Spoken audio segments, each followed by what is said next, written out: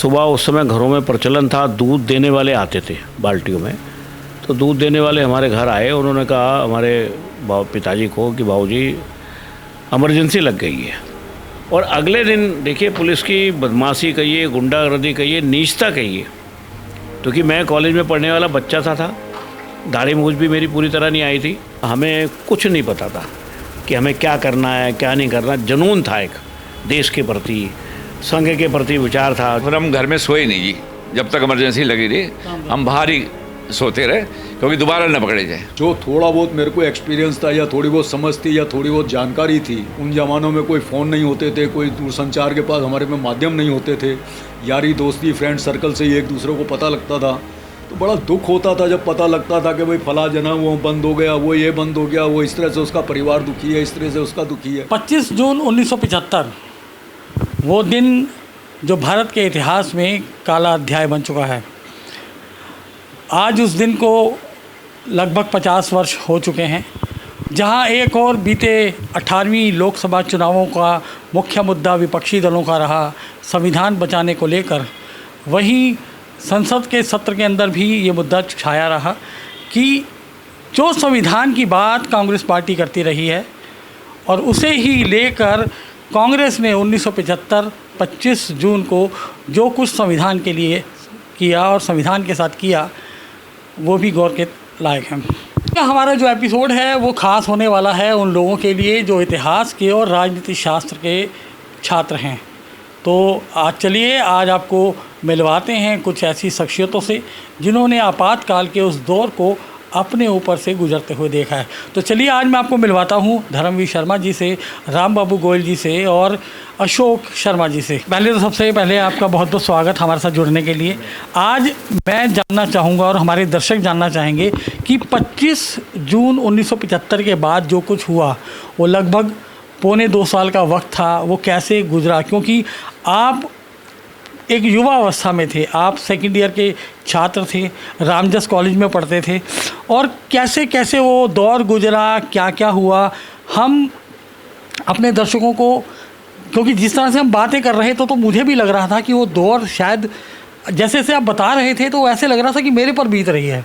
तो वैसे ही हम चाहते हैं कि वो सिलसिलेवार वो पूरी दास्तान आप हमें बताएंगे। मैं आपके चैनल के माध्यम से आप आए, आपका स्वागत है, आपकी टीम का स्वागत है। और वास्तव में आपने ठीक कहा कि आज पूरे 50 साल उस दौर को गुजरे हुए हो गए। स्वाभाविक है, हम जैसे बच्चे कोई 17 साल, कोई 18 साल, कोई 19 साल, कोई 20 साल के थे। इमरजेंसी 25 जून रात को लगी और सुबह उस समय घरों में प्रचलन था, दूध देने वाले आते थे बाल्टियों में। तो दूध देने वाले हमारे घर आए, उन्होंने कहा हमारे पिताजी को कि बाबूजी इमरजेंसी लग गई है। हमारे पिताजी कहले इमरजेंसी क्या होती है? कहले सड़कों पे पुलिस है और वो आरएसएस के और जनसंघ के लोगों को गिरफ्तार कर रही है। आप कैसे बच गए? तो बोले भाई अभी तो कोई आया नहीं, देखते हैं। तो हमारे पिताजी तुरंत कपड़े वपड़े पहन के निकल गए और वो बाहर जाके जो भी उन्होंने जानकारी ली। और मैं उस समय रामजस कॉलेज में सेकेंड ईयर का विद्यार्थी था।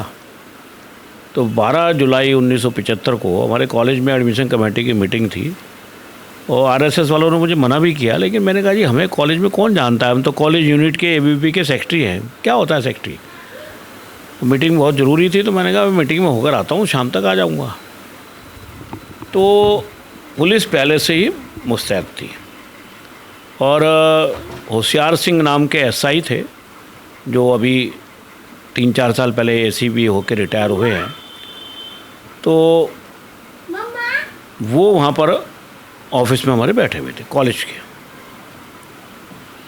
सामान्य रूप से मैंने नमस्ते करी, बातचीत हुई और बातचीत होकर खड़े हुए और उन्होंने मेरी कमर में हाथ डाला और हाथ डाल के उन्होंने मेरा शरीर से बहुत हल्का था, तो उन्होंने जब दबाया मेरा कमर का साइड तो मैं समझ गया कि भाई अब तुम पकड़े गए। उन्होंने हमको जीप में बिठाया और रोशनारा थाना होता था उस समय, अब रूपनगर है जो रोशनारा थाना कहलाता था, वहाँ हमको ले गए। मुझे रात भर टॉर्चर करा, मेरे शरीर पे केवल एक कपड़ा छोड़ के सारे कपड़े उन्होंने उतरवा दिए। उसको टॉर्चर नहीं किया लेकिन मुझे टॉर्चर किया, बहुत कुछ मुझसे पूछा, बात करी, कहाँ से आते हो, क्या लाते हो। मेरी जेब में कुछ नहीं था, मेरी जेब में 5 रुपये 10 पैसे थे कंघा था और रुमाल था और कॉलेज का आई कार्ड था। ये 4 चीज़ें थी। वो उन्होंने रुमाल में बांध के जब्त कर ली, FIR बना दी। और अगले दिन देखिए पुलिस की बदमाशी कहिए, गुंडागर्दी कहिए, नीचता कहिए, क्योंकि मैं कॉलेज में पढ़ने वाला बच्चा था, दाढ़ी मूंछ भी मेरी पूरी तरह नहीं आई थी। तो पुलिस को क्या होता है, गिरफ्तार करने के बाद बस में ले जाने का अधिकार होता है, बस फ्री होती है पुलिस वालों को। तो मैंने पुलिस उसको होशियार सिंह को कहा, भाई आप हमें बस में ले जाओ, तीसयारी थाना बहुत दूर है। लेकिन होशियार सिंह ने इतनी बदमाशी की कि हमको हथकड़ी लगाकर, जबकि बिल्कुल पतले पतले हमारे हाथ थे, वो चेन बीच में से डाल के, और मुझे सड़क पे इतनी वास्तव में शर्मिंदगी महसूस हुई कि मुझे लगा यार लोग मुझे चोर समझ रहे होंगे, मुझे लोग जेब कतरा समझ रहे होंगे, मुझे लोग लफंगा समझ रहे होंगे। और मैं सही बताऊं आपको, मेरी हिम्मत नहीं हुई। वो तो 30,000 कोर्ट आने पे मैंने एक नारा जोर लगाया, हिम्मत जुटा के, भारत माता की जय। पूरे रास्ते करीबन 2.5-3 किलोमीटर का रास्ता होगा रोशना रोड से और 30,000 का। मुझे अंदर से इतनी आत्मग्लानि होती रही, लोग मुझे देख रहे थे, घूर रहे थे लोग। कोई चोर समझ रहा होगा, कोई जेब कतरा समझ रहा होगा, कोई डाकू समझ रहा होगा, कोई लुटेरा समझ रहा होगा। मतलब इतनी आत्मग्लानि हुई। लेकिन थाने 30,000 पर आते आते थोड़ी सी हिम्मत आई और वहाँ लोगों को देखा हमने, तो हमने भारत माता की जय लगाई और उसने मुझे बहुत ज़ोर से धक्का दिया, होशियार सिंह ने। क्या मैंने कहा जी आपने अरेस्ट कर लिया, अब क्या करोगे आप मेरा? तो उस दिन से मेरी जेल यात्रा शुरू हो गई थी। तो आपको कोर्ट में पेश किया गया उसमें? मुझे 13 जुलाई को पेश किया गया 30,000 कोर्ट में। तो कोर्ट ने क्या आदेश दिया था? कोर्ट ने तिहाड़ भेज दिया, जेल भेज दिया। धर्मवीर जी, आपकी पृष्ठभूमि जो पारिवारिक पृष्ठभूमि भी रही है, वो भी संघ से जुड़ी रही है, RSS से जुड़ी रही है। तो आपके परिवार के साथ यातनाओं का दौर कैसे चला और किस किस तरह की यातनाएं आपके परिवार के लोगों ने सही? भाई मैं, हर व्यक्ति को अपना परिवार अच्छा लगता है, लेकिन मैं, हमारा परिवार दिल्ली में उन परिवारों में था जो पहले फर्स्ट 5, 7, 10 परिवार थे जिन्होंने यातनाएं सही। मेरे पिताजी मीसा में रहे, 3 दिन का पुलिस ने रिमांड लिया, बहुत मारा उनको। मेरी माताजी को 2 बार पुलिस थाने पकड़ के ले गई।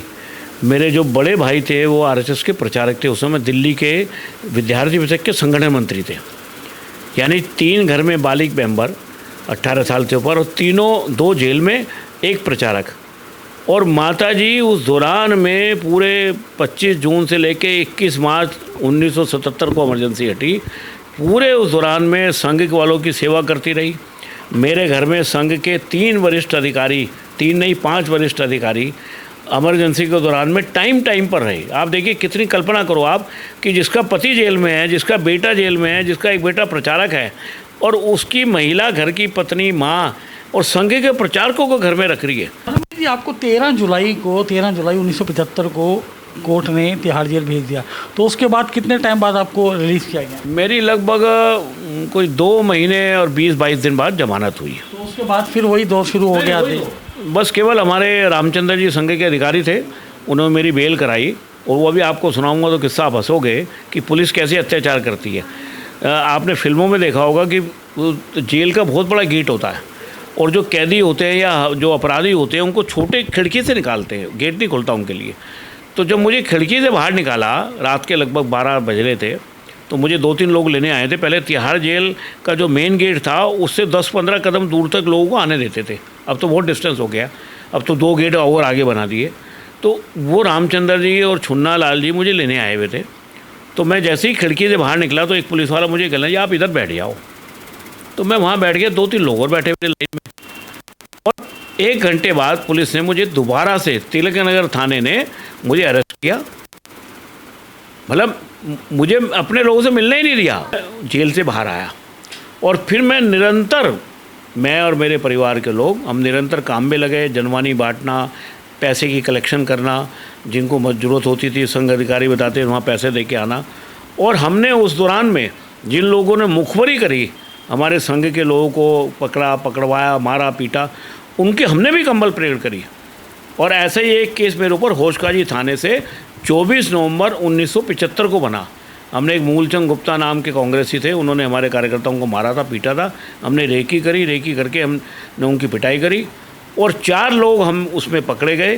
बिहारी लाल जी अभी जीवित हैं, मैं हूँ, छुन्ना लाल जी की डेथ हो गई है, सत्यप्रकाश साहू की डेथ हो गई है। हमारे ऊपर गुंडा एक्ट लगाया गया 24 नवंबर 1975 मुझे तारीख याद है, ये होशकाजी थाने से हमको पकड़ा गया। रणवीर जी, उस टाइम आपको कुछ रहा होगा याद, या आपको मालूम था कि ये पूरा आपातकाल का जो दौर लगा है वो कब ख़त्म होगा, कितनी लंबी इमरजेंसी चलने वाली है? क्योंकि सब कुछ अंधेरे में था, पूरी तरह से सेंसरशिप थी, प्रेस बैन थी। तो जो लोग इस आपातकाल के दौर से, पीड़ा से गुजर रहे थे, तो क्या आपको उसकी नॉलेज थी, आभास था? देखिए, ऐसा है, वो उस समय जो स्थिति थी आप पूछ रहे हैं, मैं तो बिल्कुल स्पष्ट कहूँगा, हमें कुछ नहीं पता था कि हमें क्या करना है, क्या नहीं करना। जुनून था एक देश के प्रति, संघ के प्रति विचार था, जो संघ ने कह दिया। अब जैसे अब 24 नवंबर को मेरे ऊपर गुंडा एक्ट लगा, तो मेरे ऊपर संघ ने दबाव बनाया कि भाई अब आपको पुलिस छोड़ेगी नहीं, आप जो है सत्याग्रह करो। फिर मैंने 12 दिसंबर 1975 को सत्याग्रह करा चांदनी चौक में, लोहरी गेट थाने पे। उसमें पुलिस ने बहुत टॉर्चर किया हमें। अच्छा, पुलिस, क्योंकि संयोग की बात है, उस समय कंप्यूटर वगैरह नहीं थे। लोहरी गेट थाना आता है नॉर्थ दिल्ली में, और जो होशकाजी थाना आता है वो आता है सेंट्रल दिल्ली में। तो सेंट्रल दिल्ली वालों को नहीं पता था ये धर्मवीर शर्मा लोहरी गेट में बंद है, और लोहरी गेट वालों को नहीं पता था ये सेंट्रल दिल्ली से भी अपराधी है गुंडा एक्ट में। लेकिन उन्होंने रात भर टॉर्चर करा। तो जो यातनाओं का दौर था वो थमता नहीं था। उसमें आपके दोस्त, आपके यार दोस्त, आपके रिश्तेदार या आपके गली मोहल्ले के लोग थे, उनका कितना सहयोग रहता था?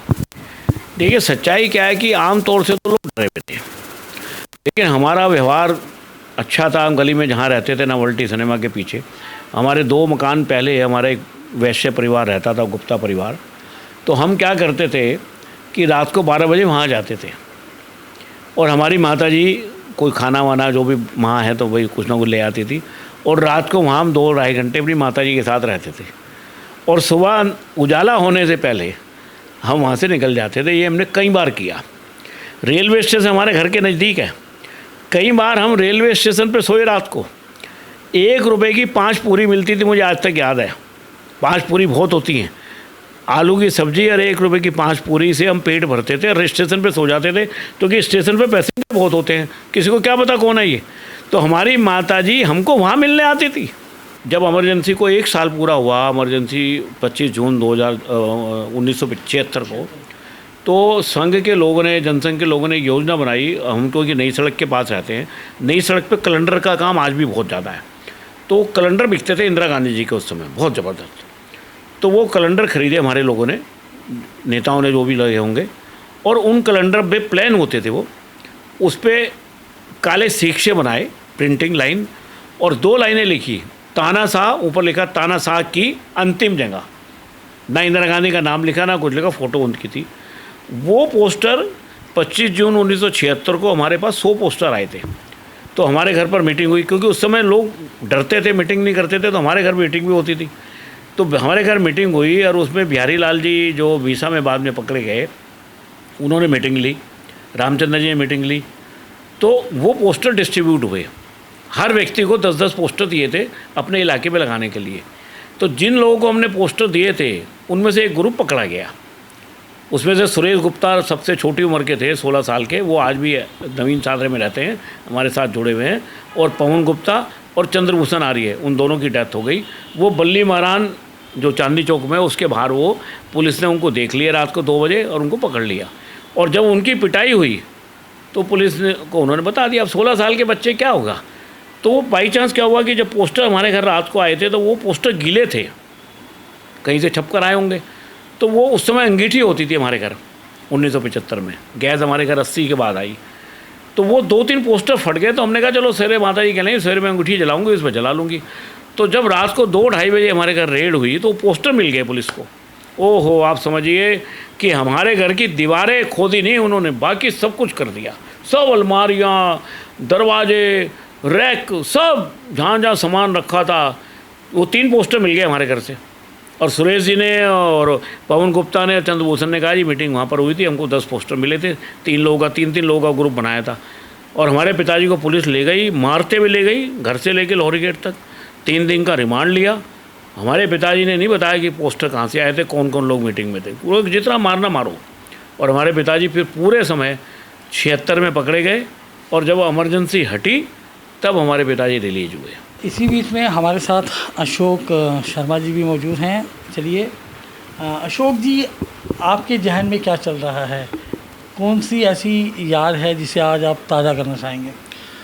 मैं मेरा त्याग तो धर्मवीर शर्मा जैसा नहीं है, लेकिन मैं उस वक्त सेकेंड ईयर में था जागृत सेन कॉलेज में, और जैसे कि धर्मवीर जी थे वैसे मैं वहाँ का विद्यार्थी परिषद का प्रमुख था।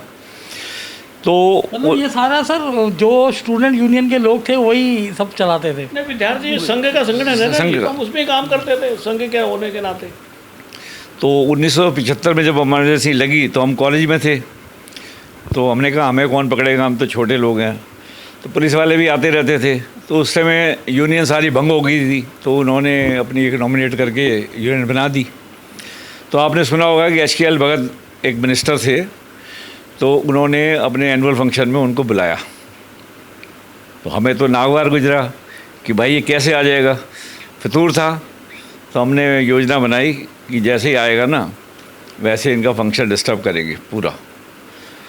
और HKL जी भगत जी आए, उन्होंने वो संजय गांधी के वो 5 सूत्रीय कार्यक्रम था कि भाई वो डोरी नहीं लेनी, वो नहीं लेना, उसका हमने विरोध शुरू कर दिया।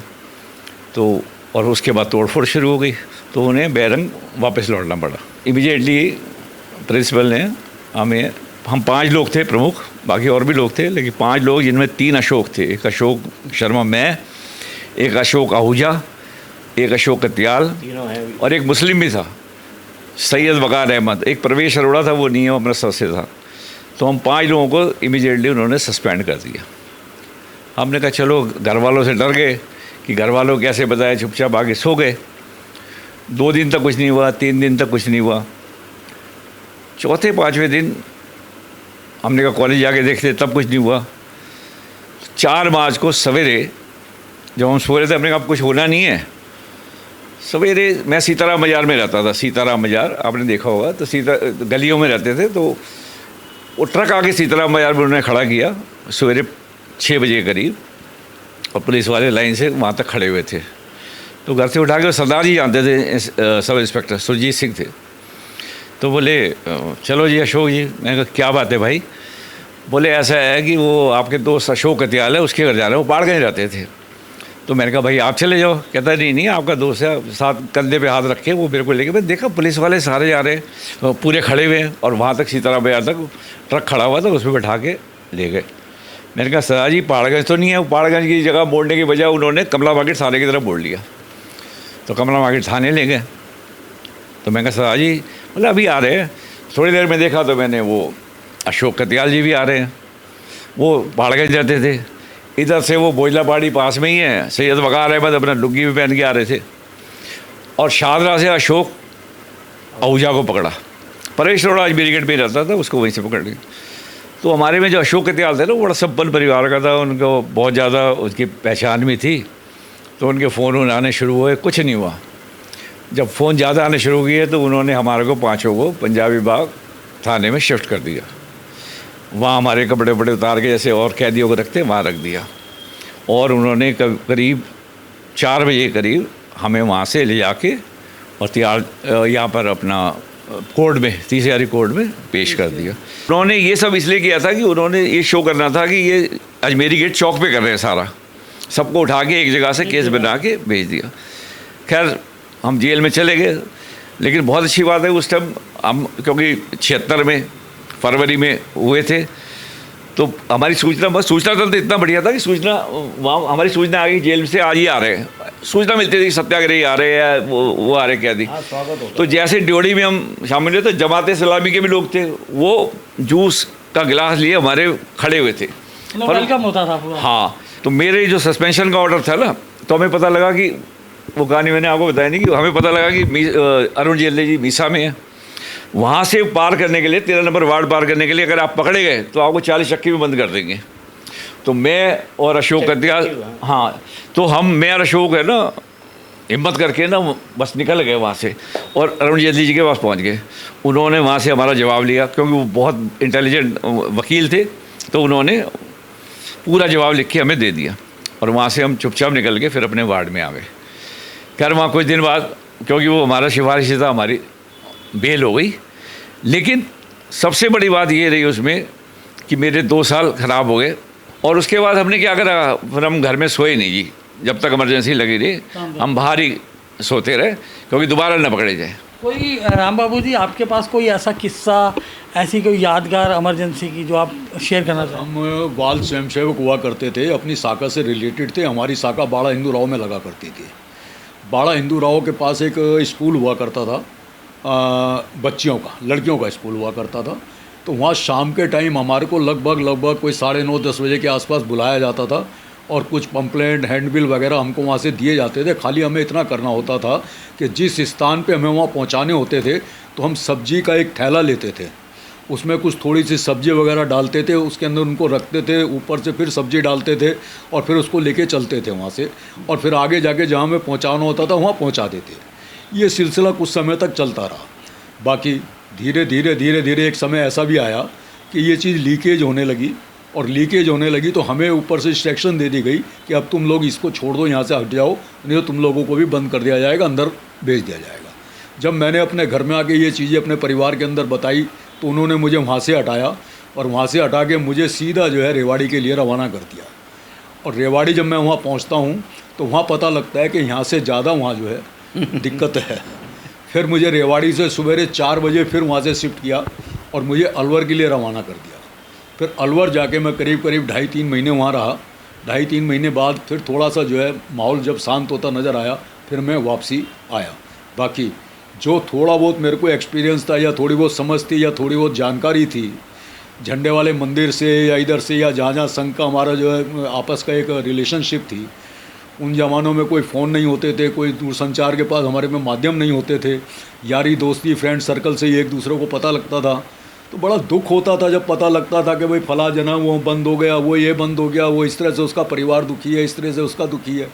तो एक हमने टोली टाइप बनाई, क्योंकि हम हॉकी की प्रैक्टिस के लिए मौरी गेट जाया करते थे। तो एक हमारी बहुत बड़ी टोली थी वो, उसमें करीब 25-30 हम फ्रेंड्स थे आपस में। तो वो बहुत टाइम ऐसा था कि पैसे की बड़ी मजबूरी हुआ करती थी।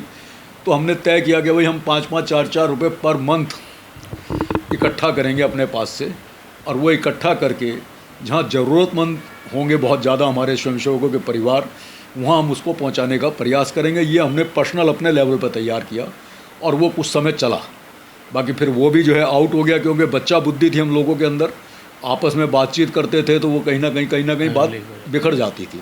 फिर इस चीज़ के लिए भी ऊपर से हमें डांट पड़ी अधिकारियों की, और उन्होंने कहा कि तुमने बगैर हमारी नोटिस में ऐसा क्यों फैसला लिया, तुम ऐसा कुछ नहीं करोगे। ऐसे ये सिलसिले चलते रहे, इसी तरह की यादें।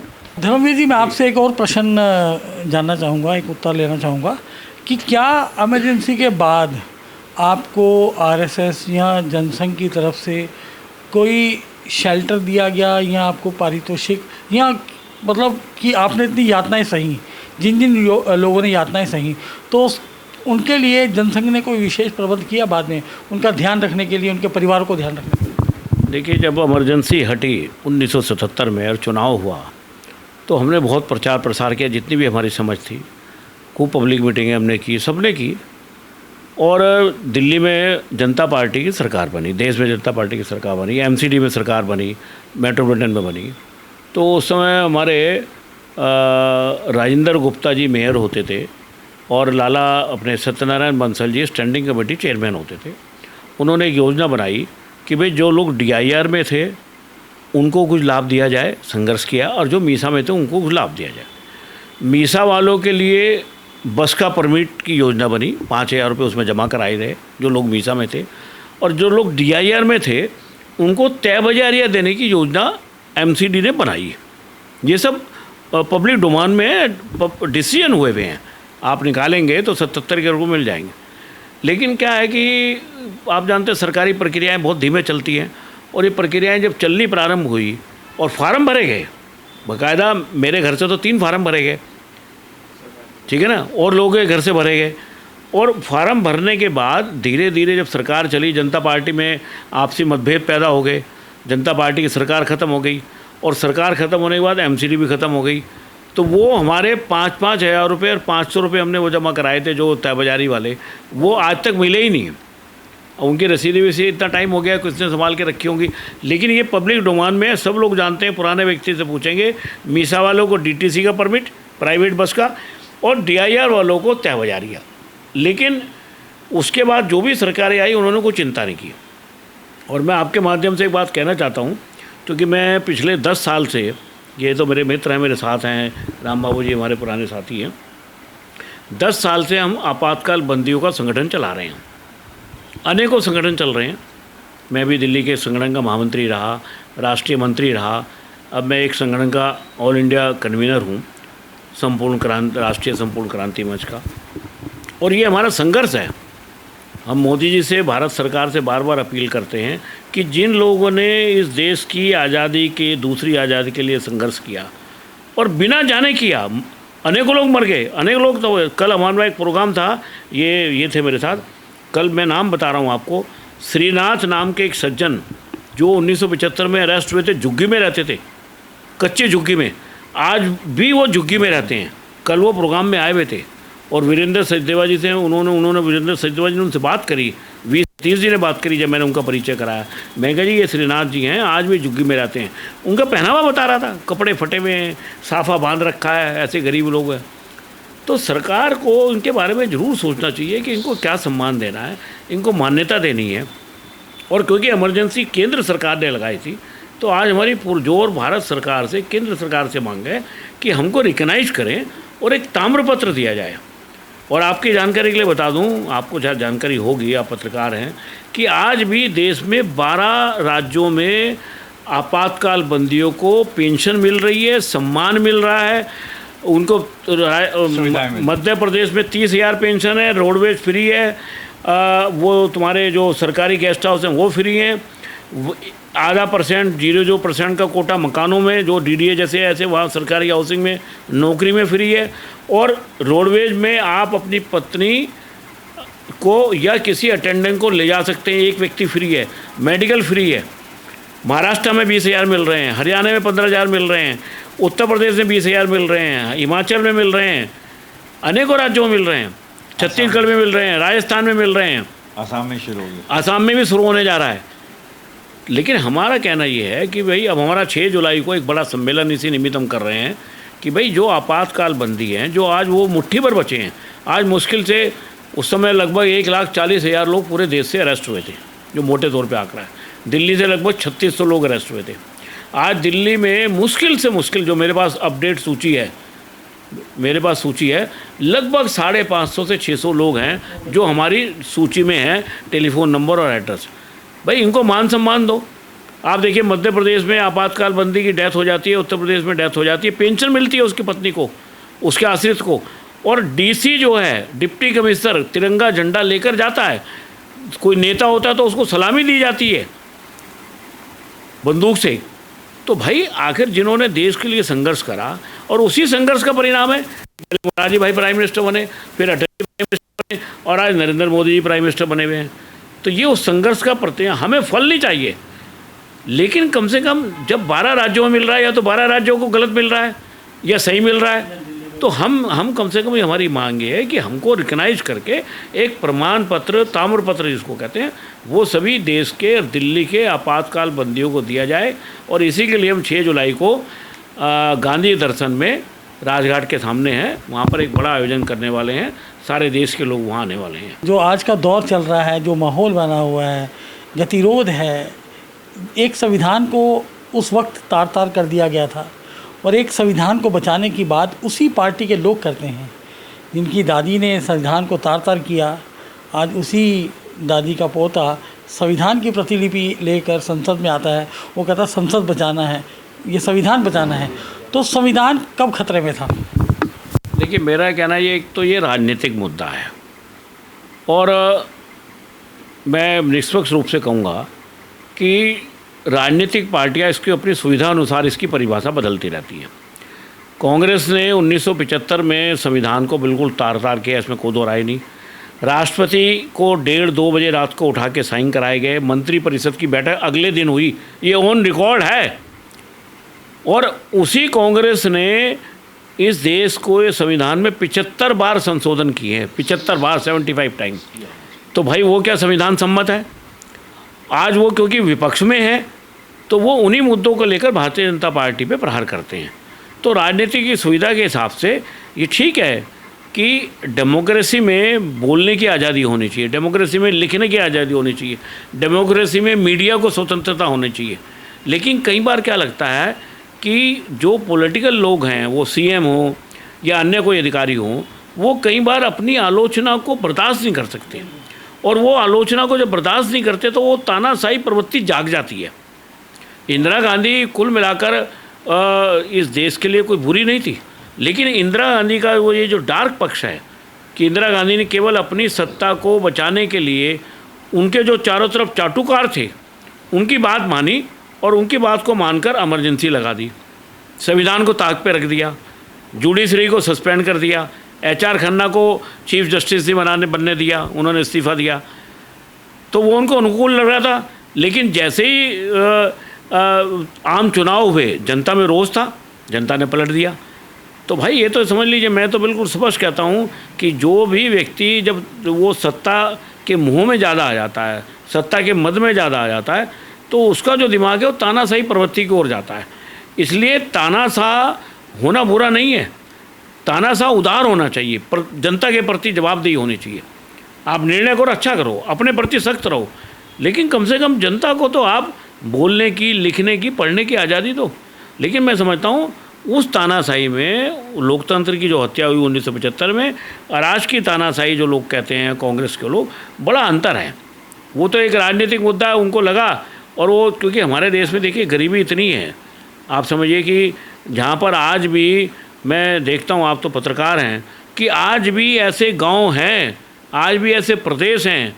मैं तो उत्तर प्रदेश का रहने वाला हूँ, मैं अपने गांव में देखता हूँ कि लोगों के पास, कई लोगों के पास 2 समय का भोजन नहीं है, इतनी गरीबी है, कपड़े नहीं है पहनने के लिए। ये मैं आपको उत्तर प्रदेश की स्थिति बता रहा हूँ, क्योंकि गाँव का आदमी शहर में नहीं आना चाहता, वो चाहता मैं अपने घर में रहूँ, माँ बाप के पास रहूँ।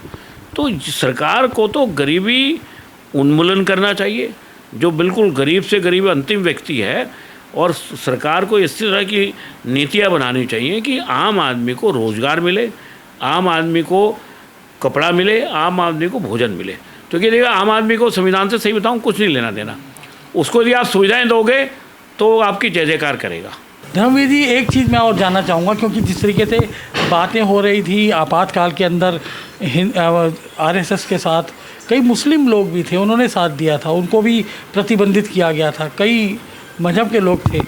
और उस वक्त, क्या आज के दौर में अधिकांश ये माना जाता है कि जो भारतीय जनता पार्टी है और RSS है वो मुस्लिम विरोधी है, इस तरह का नैरेटिव सेट कर दिया गया है, इसके बारे में क्या कहेंगे? कि वैसे तो कुल रचना में मुस्लिम विरोध कहीं नहीं है, और संघ ने राष्ट्रीय मुस्लिम मंच बनाया था। मैं माननीय इंद्रेश जी उसके हमारे देखभाल करते हैं, शुरू में मैं उसमें 2 साल जुड़ा रहा उससे, और हमने बहुत सारे मुस्लिमों को संघ के साथ जोड़ा। लेकिन जो कठमुल्ले हैं, जो कट्टर मुसलमान हैं, वो अपनी अलग ही राजनीति चलाना चाहते हैं इस देश में, क्योंकि उनको फंडिंग भी बाहर से होती है। तो उनको लगता है कि हम, जबकि लाभ वो बीजेपी से सब लेते हैं, सरकार से पूरा लाभ लेते हैं, लेकिन उनके दिमाग में, और मैं व्यक्तिगत रूप से आपको 10, 20, 50 नाम बता सकता हूँ मुस्लिम जो मेरे मित्र हैं, बड़े अच्छे देशवादी, देशभक्त हैं, राष्ट्रवादी हैं, लेकिन जब वो कम्युनिटी में बैठते हैं, मुस्लिम समुदाय में बैठते हैं, तो भाजपा विरोधी हो जाते हैं, संघ विरोधी हो जाते हैं। ये रहस्य मुझे भी आज तक समझ में नहीं आया कि भाई वो जैसे ही कम्युनिटी में बैठते हैं, मैं कई बार पूछता हूँ उनसे नाम लेके, यार ये बात तो बताओ कि जब तुम बिरादरी में बैठते हो, तुम भाजपा विरोधी क्यों हो जाते हो? अच्छा, भाजपा विरोधी का प्रकट हो जाता है। अब मैं मोरी गेट के वोट का, पोलिंग बूथ का बताता हूँ, कली नाल बंदान कश्मीरी गेट पर है। अभी कॉरपोरेशन के चुनाव में भाजपा वहाँ कुल मिला के और 490 या 95 वोट पड़े, बीजेपी 420 वोट से हारी। 420 वोट ही नहीं मिलता। और जबकि हमारे वहाँ पर राष्ट्रीय मुस्लिम मंच के कई बड़े प्रमुख लोग रहते हैं, नाम का उल्लेख करना ठीक नहीं है, कई प्रमुख लोग रहते हैं, क्योंकि पता नहीं ऐसा एक देश में वातावरण बना हुआ है कि और ये राजनीति के कारण है। तो इसलिए इस देश को, राजनीतिक लोगों को अपने में सुधार करना होगा, देश में सुधार करना होगा, अपनी पार्टियों में सुधार करना होगा। भाई हम सब एक हैं, हम सब एक हैं। और मैं ये बड़ा मानता हूँ कि आज हम मुस्लिमों को, जो लोग मुस्लिम को निकालने की बात करते हैं या पाकिस्तान जाने की बात करते हैं, वो गलत है। वो भी इस देश के बासिंदे हैं। जो यहाँ पैदा हुआ उसको कैसे निकाल दोगे आज आप? वो पढ़ता है, लिखता है, काम करता है। तो ये नैरेटिव बदलना होगा कि हम सब एक हैं और हम सब भाई हैं। हम सब एक इस देश की मिट्टी में ही पैदा हुए हैं ना जी। चाहे मुस्लिम दफनाए जाते हों कब्रिस्तान में, है तो इस हिंदुस्तान की मिट्टी। और मैं हिंदू जो है वो जलाए जाते हैं, वो भी इस देश की मिट्टी में जलाए जाते हैं। तो जब मिट्टी एक है तो हम एक क्यों ना हो जाए? कई बार तो धर्मवीर जी, कई लोग कहते भी हैं, मुस्लिम कहते हैं कि मुसलमान आदमी तो दिन में 5 बार इस देश की मिट्टी ज़मीन को चूमता है, उतना कोई नहीं चूमता। नहीं, पर मैं उसमें कहता हूँ कि मैं आजकल टीका नहीं लगा रहा। मैं पहले लगाता था टीका रेगुलर। मैं टीका लगा के मुस्लिम घरों में जाता था। तो कई बार मेरी मुस्लिम भाई, मेरे मित्र थे, वसीम भाई, अब डेथ हो गई उनकी। तो मैं कहता था भाई, जब आपको मेरे टीके से एतराज़ नहीं है, मैं आपके घर आता हूँ, आपकी बहन के साथ बैठता हूँ, बच्चों के साथ बैठता हूँ, तो मुझे जो आपके माथे पे काला निशान है मुझसे कोई एतराज़ नहीं है, क्योंकि आप वंदना कर रहे हो। भाई आप जो माथा रगड़ रहे हो, मातृभूमि में रगड़ रहे हो, धरती माँ पे रगड़ रहे हो, और मैं भगवान जी का टीका लगा रहा हूँ। तो जब मेरे टीके से आपको एतराज़ नहीं, तो मुझे आपके काले टीके से क्यों एतराज़ है?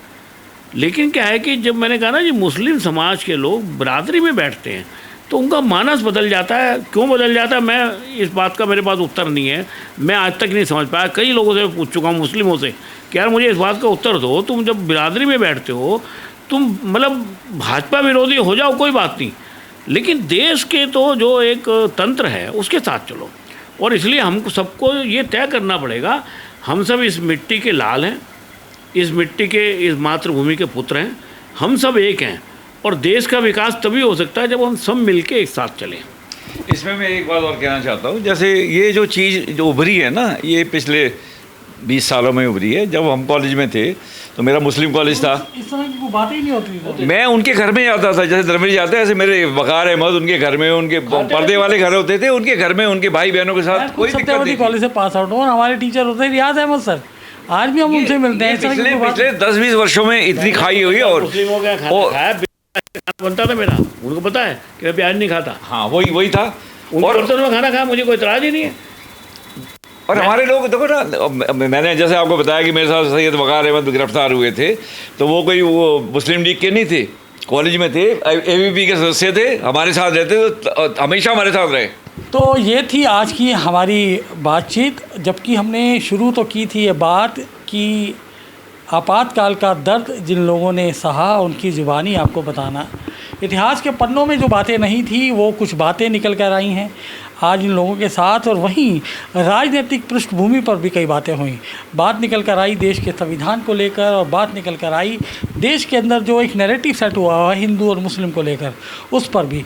इन तमाम मुद्दों पर इन लोगों ने अपनी बात बेबाकी से रखी। उम्मीद करते हैं आपको ये एपिसोड पसंद आया होगा और आपको ऐसी जानकारी मिली होगी कि जो आपको ना तो गूगल सर्च में मिलेंगी, ना ही किसी किताब के अंदर। फिलहाल के लिए इतना ही। शीघ्र मिलते हैं नए एपिसोड के साथ। तब तक के लिए जय हिंद, जय भारत।